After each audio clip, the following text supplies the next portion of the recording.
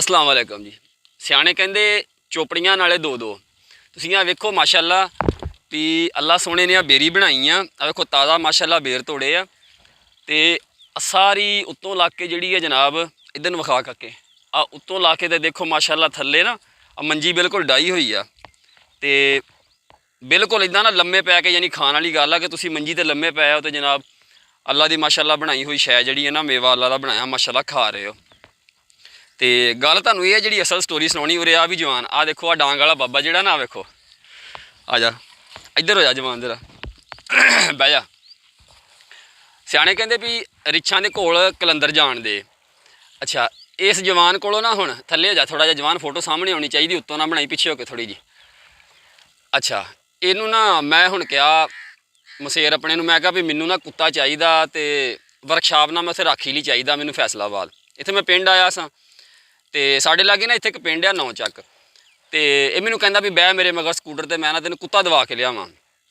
गर्मियां दे दिन ते असीं हुण गए जनाब तो अगले बन्ने जिथे गए ना तो कहिंदे भी ये चोर नालों पंड काली।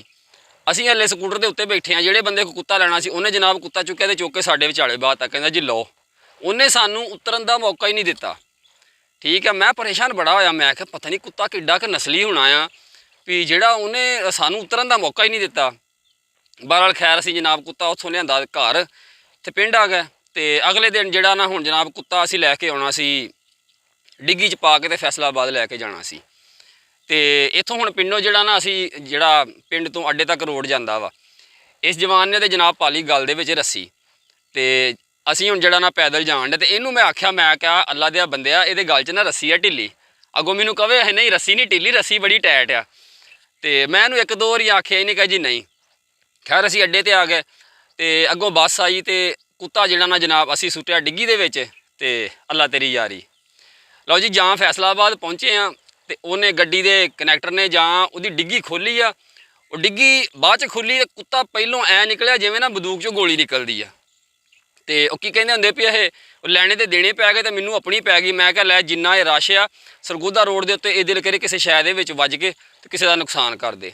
बहरहाल कुत्ता खैर मैं फड़न की कोशिश की फड़िया तो मेरे को ना गया नस गया लेकिन मैनू नसीहत हो गई भी नहीं यार जिहड़ी शै दे बारे पता ना होवे उहदे पिछे एवें नसना भजना नहीं चाहिए क्योंकि मैनू माल डंगर का